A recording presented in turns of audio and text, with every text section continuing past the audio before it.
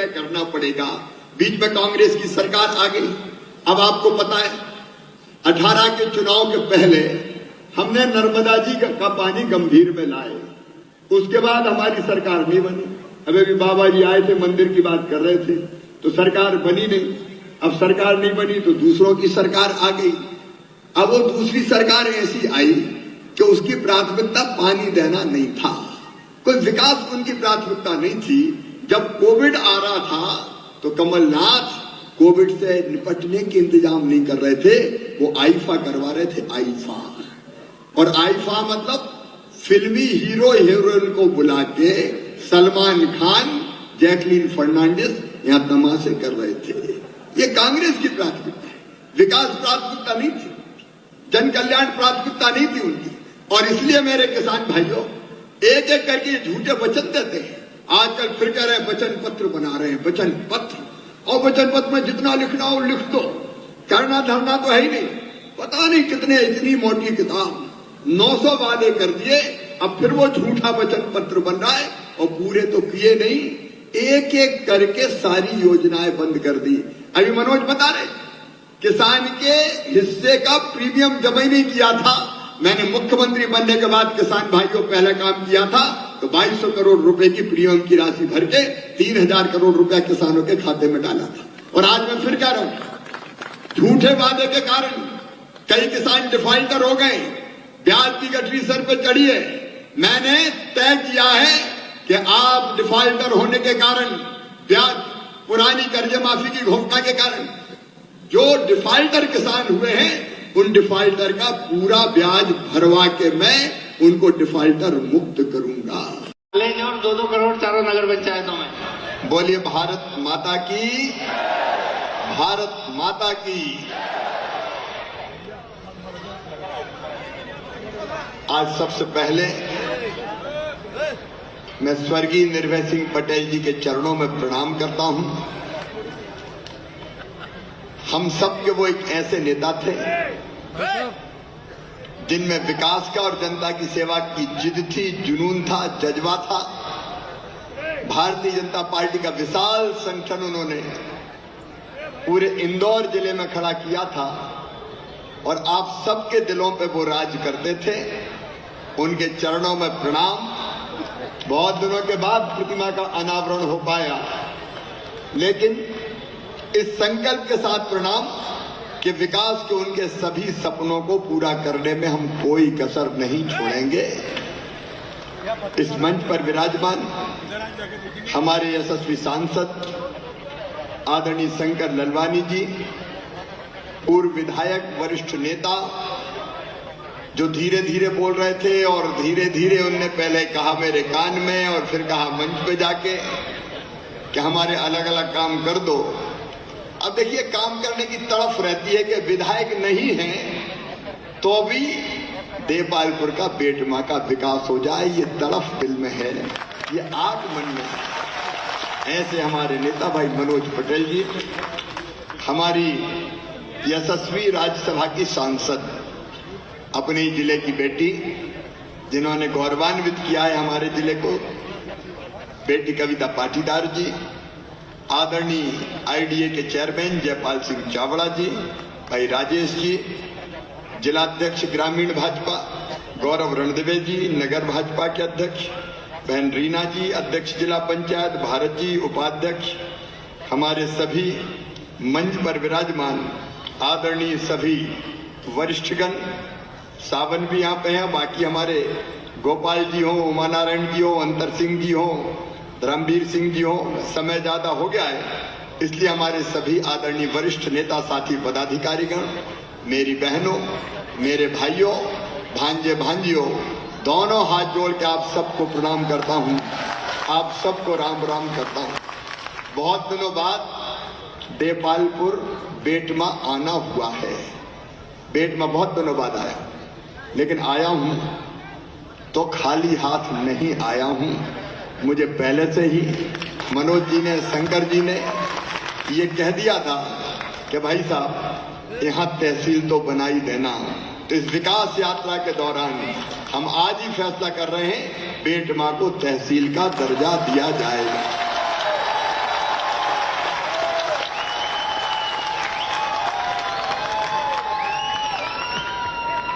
बेटमा में आपने, मेरे भांजे भांजियों ने, भांजे भांजी है कि नहीं, तो कॉलेज चाहिए क्या? यहाँ स्नातकोत्तर चाहिए ना, स्नातकोत्तर चाहिए, अभी कॉलेज नहीं है। तो इसी साल अगले सत्र में, मतलब जुलाई से जो शुरू होगा, क्योंकि अब तो ये फरवरी चल रही है, इसलिए अभी कॉलेज खोलने का कोई फायदा नहीं, क्योंकि पढ़ाई परीक्षा आ गई। लेकिन अगला सत्र जो जुलाई से प्रारंभ होगा, बेटमा में कॉलेज प्रारंभ कर दिया जाएगा। देखिए, मैं आप सबके दिल की बात जानता हूं। किसान को और कुछ मत दो, बस पानी भी दो तो किसान की जिंदगी संवर जाती है। जरा याद करो मेरे बहन और भाई, 50 साल कांग्रेस ने राज किया। नर्मदा जी कल कल छल छल करके बहती थी, और एक जमाना जब कांग्रेस की सरकार होती थी, कांग्रेस के मुख्यमंत्री होते थे, उस समय विधानसभा में ये मांग हुई थी कि नर्मदा जी का पानी छिपरा में डाला जाए। तो उस समय के मुख्यमंत्री ने कह दिया था, इम्पॉसिबल, असंभव है, ये हो ही नहीं सकता। लेकिन मैंने जब ये देखा मुख्यमंत्री बनने के बाद कि पूरे मालवा में, चाहे निमाड़ में हो, अगर सिंचाई की व्यवस्था करनी है तो साधन एक ही है, नर्मदा जी का पानी। और नर्मदा जी का पानी क्योंकि नीचे है नर्मदा जी, हमारे मालवा का पठार ऊंचा है, इसलिए नहर खोद के नहीं लाया जा सकता। मैंने देश भर के इंजीनियर्स बुलाए, विशेषज्ञ बुलाए, उनसे चर्चा और बातचीत की, और मैंने कहा कैसे संभव है बताओ। तो उन्होंने कहा ग्रेविटी से तो संभव ही नहीं है। तो मैंने कहा कैसे संभव हो सकता है, मैं तो संभव करना चाहता हूं। तो उन्हें एक ही बात कही कि नर्मदा जी के पानी को अगर आप लिफ्ट करें शक्तिशाली मोटरों से और पाइपलाइनों के जरिए अगर आप ले जाना चाहें तो ही नर्मदा जी का पानी जाएगा, लेकिन खर्चा बहुत जबरदस्त आएगा। उतना खर्चे में उठाने की सामर्थ्य राज्य सरकार की नहीं है। मेरे किसान भाइयों, मैंने संकल्प लिया कि चाहे कुछ हो जाए, नर्मदा जी के पानी को मालवा तो लेके जाऊंगा। नर्मदा जी छिपरा जी जोड़ेंगे, नर्मदा जी से गंभीर को जोड़ेंगे, काली सिंध को जोड़ेंगे, पार्वती को जोड़ेंगे। और आप जानते हैं कि गंभीर और नर्मदा जी जुड़ गई, कई गांव में पानी की व्यवस्था हुई है। लेकिन आज फिर मनोज जी ने ये कहा है कि एक कोशिश हो जाए, इस इलाके के कई गांव रह गए। मैं कल ही सर्वे के निर्देश दूंगा, और बेटमा वालों, मैं आपको विश्वास दिलाता हूं, पानी की गुंजाइश बनी तो पाइपों से नर्मदा मैया को लेके आऊंगा और आपके सूखे खेतों की प्यास बुझेगी। देखो देखो, जब चाह होती है,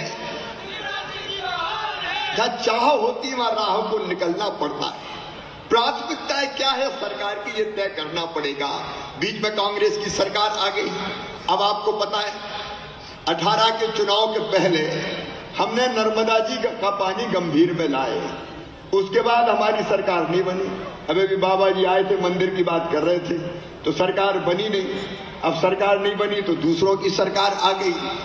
अब वो दूसरी सरकार ऐसी आई कि उसकी प्राथमिकता पानी देना नहीं था, कोई विकास उनकी प्राथमिकता नहीं थी। जब कोविड आ रहा था तो कमलनाथ कोविड से निपटने के इंतजाम नहीं कर रहे थे, वो आईफा करवा रहे थे, आईफा।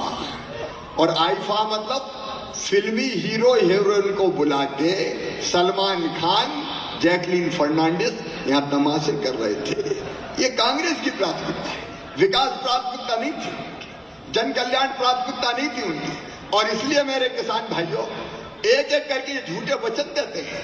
आजकल फिर कह रहे हैं वचन पत्र बना रहे हैं, वचन पत्र, और वचन पत्र में जितना लिखना हो लिख दो, करना धरना तो है ही नहीं। पता नहीं कितने, इतनी मोटी किताब, 900 वादे कर दिए, अब फिर वो झूठा वचन पत्र बन रहा है, और पूरे तो किए नहीं, एक एक करके सारी योजनाएं बंद कर दी।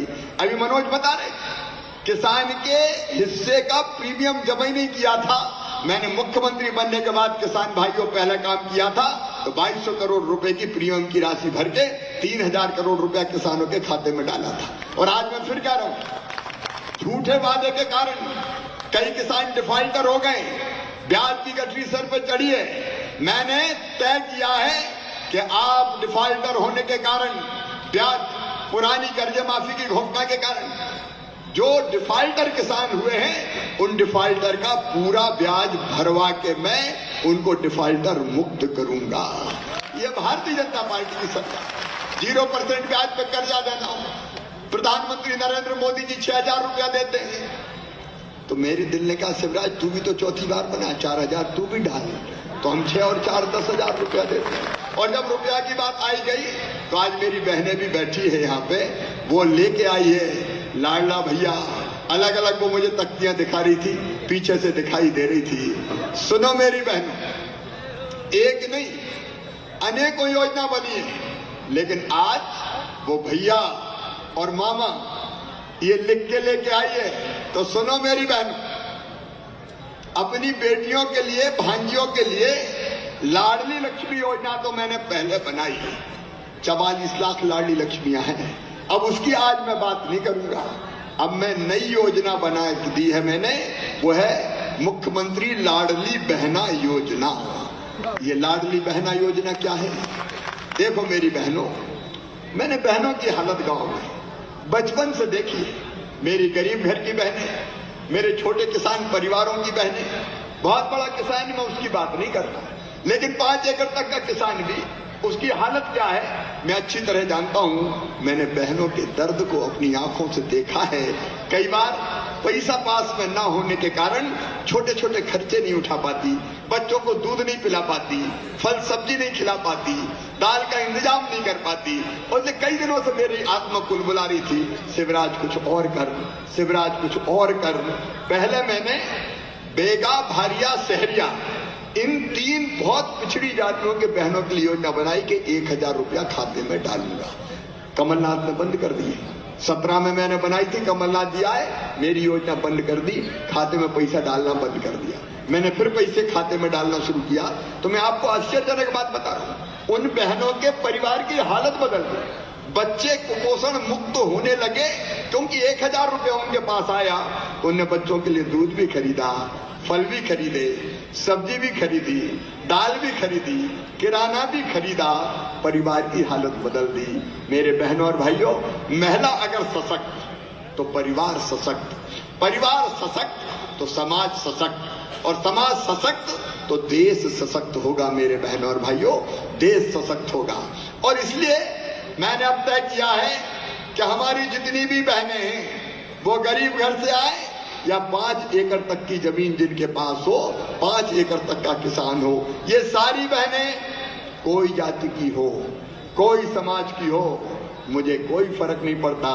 बहनें तो बहनें होती है। मेरे बहनों और भाइयों, हर एक बहन को 1,000 रुपया महीना उनके खाते में डालूंगा। 12,000 रुपया साल बहनों के खाते में, भाइयों के खाते में नहीं डालूंगा। डलेगा बहनों को। और बहनों, जरा बहनें कौन कौन है हाथ उठाओ। ये बहनें इस तरफ बैठी है। ये पैसा तुम्हें अपने परिवार की बेहतरी पे खर्चा करना है। सुनो मेरी बहनों, सगा भाई साल में 1 बार घर आता है, सावन के महीने में, रक्षाबंधन के दिन राखी बंधवाता है, साड़ी कपड़े लाता है या पैसा देता है, तुम भी मिठाई खिलाते हो। लेकिन मेरी बहनों, अरे साल में 1 बार पैसे से अपना काम नहीं चलना। तो मैं भी तो तुम्हारा भाई हूं कि नहीं हूं? बताओ, अरे जोर से बोलो, हूं कि नहीं? मैं भी तो तुम्हारा भाई। ये मेरा विशाल परिवार है, 8.5 करोड़ का। और इसलिए तुम्हारा भैया ये फैसला करता है कि हर महीने तुम्हारे खाते में 1,000 रुपया आएंगे, हर महीने। और आप जरा कल्पना करके देखिए, इसको साधारण तरीके से मत देखिए। एक परिवार में अगर 2 बहुएं हैं तो फिर कितने रुपए आएंगे बताओ? अरे बताओ ना, हिसाब लगाओ। अरे 12,000 एक के में आएंगे तो 2 के मिला के कितने आएंगे? 24,000। मुझे तो देना, तुम हिसाब ही लगा दो। तो 12 दूनी 24 हो गए। और 6,000 आ रहे हैं किसान सम्मान निधि के, और 4,000 आ रहे हैं मुख्यमंत्री किसान कल्याण योजना के। कितने हो गए? नहीं, ये तो हो गए 10,000। और अगर 2 भैया है तो 2 ही के खाते में आएंगे कि नहीं आएंगे? तो 20,000, 24,000 वो और 20,000 ये, बताओ कितने हो जाएंगे? अरे जोर से बताओ ना, 44,000 हर साल, और 3 हो गए तो फिर और हिसाब लगा लो कितने होंगे हर परिवार को। परिवार मतलब पति पत्नी और उसके बच्चे एक परिवार होंगे, और इसलिए इनके खाते में ये पैसा जाएगा। ये साधारण घटना नहीं है, ये हमारे परिवारों की, जो हमारे मध्यम वर्गीय, निम्न मध्यम वर्गीय, जो हमारे परिवार और गरीब परिवार, उनकी जिंदगी को ये योजना बदल देगी। बोलो बदल दे कि नहीं? अरे बदलेगी कि नहीं? आप सोचो, ये पैसा आएगा बहन के खाते में, और बहनों फालतू भैया को मत दे देना है, नहीं कोई गड़बड़ भी कर देते हैं, लिए और इधर उधर कोई गड़बड़ कर दे। ये तुम खर्चा करना अपने बच्चों की बेहतरी में, ये तुम खर्चा करना अच्छा भोजन कराने के लिए, दूध खरीदने के लिए, दाल खरीदने के लिए, अच्छे पोषण के लिए, और थोड़ा बचा के रखोगी तो तुम्हारे पति के भी काम आएगा। मान लो कभी पति संकट में पड़ गया तो कहना चिंता मत करो, ले जाओ ये पैसा और संकट दूर करो अपना, तो तुम पति की भी मदद कर सकोगी। बहन अब मांगने वाली नहीं रहेंगी, बहनें देने वाली बन जाएंगी। और देखो जिंदगी कैसे बदलेगी। आप कल्पना करो, अगर बहू के खाते में हर महीने पैसा आ रहे हैं तो सास के भाव भी बदल जाएंगे। 1,000 रुपया बहू का आ रहा है, जरा खींच चुपड़ के रोटी खिला यार, बहू के पैसे जा रहे हैं।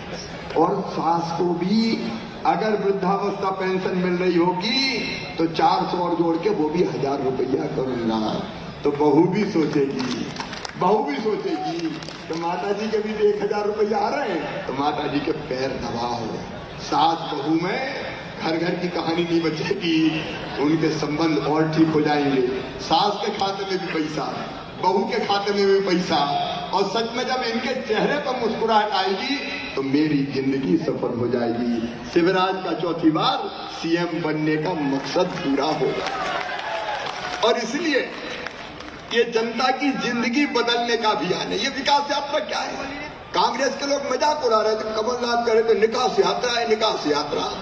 अरे तुमने दिया क्या है जो निकास यात्रा की बात कर रहे थे?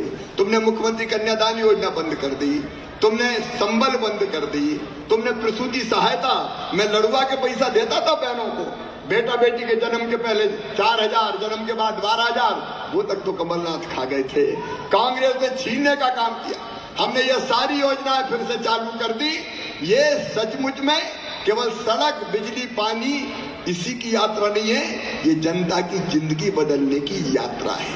अभी मनोज बता रहे थे, मैं नहीं गिनाऊंगा कि कितनी सड़कें बनी। इस सड़क का कह रहे थे खराब हो गई, इस सड़क के लिए भी वन टाइम एक बार मैं केंद्र सरकार से भी कहूंगा इसके लिए पैसा दो, नहीं तो पैसे की व्यवस्था करके अजय नहीं तो ये अंदर की सड़क इसको भी ठीक करेंगे। मेरे बहनों और भाइयों, आज मैं सारे काम आपको गिनाऊं। आप बिजली के ही देखो, ये मनोज बिजली की बात कर रहे थे, बिजली 2-3 घंटा मिलती थी। आज बिजली गांव में, हम और शहर में, घरों में 24 घंटा देते हैं, खेती के लिए 10 देते हैं। लेकिन कितनी सब्सिडी लगती है मेरे किसान भाइयों? जो आपको बिजली 3700 रुपया में देते हैं, उस पर सरकार का खर्च होता है 53,000 रुपया। हर साल 24,000 करोड़ रुपया सरकार के खजाने से भरते हैं, तब कहीं सस्ती बिजली किसान को और गरीब को मिलती है। तो हमारी जनता की जिंदगी बदलने का अभियान चल रहा है। और इसलिए मैंने कहा जाओ गांव गांव में विकास यात्राएं करो। ये इन विकास यात्राओं के माध्यम से केवल भाषण नहीं होंगे, लोकार्पण शिलान्यास भी होंगे। और सुनो, भाजपा के कार्यकर्ताओं को मैं निर्देशित कर रहा हूं, अगर कोई गरीब का नाम छूट गया हो राशन की सूची में तो नाम जोड़ लेना। अपने खजाने में गरीब के राशन के लिए पैसे की कमी नहीं है। हम गरीबों के मकान बना रहे हैं। अगर कोई छूट गया हो, आयुष्मान कार्डधारी, आयुष्मान कार्ड बनवा देना। कोई लाडली लक्ष्मी में छूट गया हो, लाडली लक्ष्मी का लाभ दिलवाना। कोई बुजुर्ग रह गया हो पेंशन में, पेंशन के लिए नाम जुड़वा देना। अगर कोई दिव्यांग भाई, विकलांग भाई रह गया हो, वंचित हो, पेंशन से, तो उसके भी तत्काल स्वीकृत कर देना। कोई गांव में अगर अनाथ बच्चे हो तो मामा के मुख्यमंत्री रहते हुए कोई बच्चा अनाथ कैसे हो सकता है, उसकी भी पेंशन बांधूंगा मैं, ताकि उसकी जिंदगी की गाड़ी भी ठीक से चल जाए। ये केवल विकास यात्रा नहीं, जनता की जिंदगी बदलने का अभियान है रे। ये पूरा मध्य प्रदेश विशाल परिवार है हमारा, और इस परिवार की तकलीफें और दर्द कम करते हुए ये विकास यात्राएं गांव-गांव में जा रही है और जनता की जिंदगी बदलने का प्रयास कर रही है। कांग्रेस केवल नाटक और दिखावा करने का काम करती है। मैं आप सबसे निवेदन करता हूं, मेरे प्रिय बहनों और भाइयों, अपनी जिंदगी बदलने के लिए, जनता की जिंदगी बदलने के लिए, विकास के काम जो चल रहे हैं उनके साथ खड़ा होने के लिए आप विकास के साथ आइए, जन कल्याण की योजनाओं के साथ। ये सुनो भानेंज, बाद में दिखा देना, ये अभी नीचे करो, तुम्हारा बता देना बाद में। ये विकास के काम के, जन कल्याण के काम के लिए, ये यज्ञ है जन कल्याण के कामों का।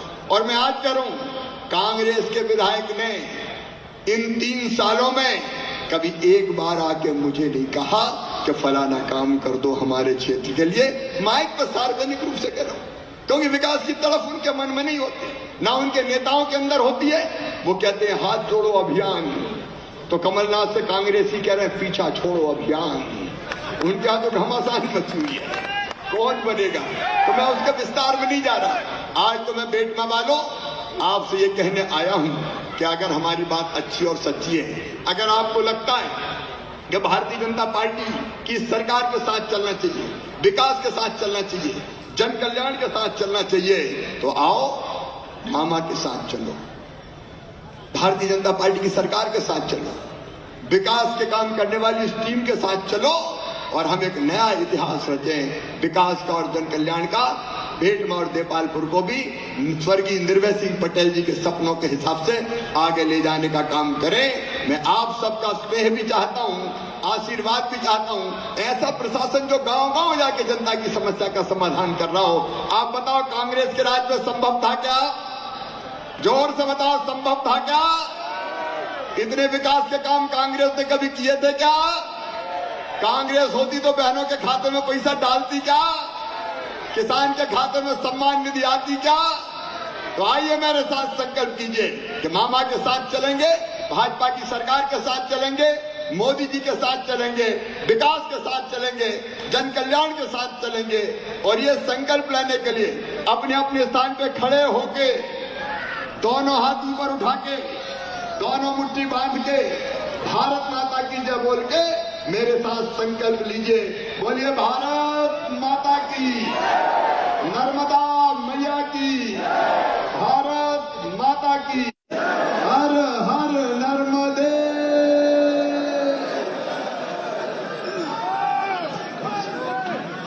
आया चारों नगर पंचायत में धनराशि आवंटित हम करेंगे। पहली किस्त में 1, दूसरी किस्त में 1, धीरे धीरे देंगे, पहले खर्चा करके बताएंगे। मंदिर बनवा देंगे। मैंने कहा बीच में, अब वो कौन सा है ये तुम देखो। अरे मैंने बता दिया, बाबा जी जो आए थे वो कौन सा? अच्छा, नर्मदा कुंड मंदिर, तो वो बाबा जी का नहीं है। अच्छा, ये अलग बाबा मैं समझा बोल बाबा जी नहीं, ठीक है, वो मंदिर बनेगा। बीच में सरकार चली गई थी और उसके बीच में फिर ध्यान नहीं दिया, तो वो ध्यान ही नहीं दिया। मंदिर और कुंड बनेगा।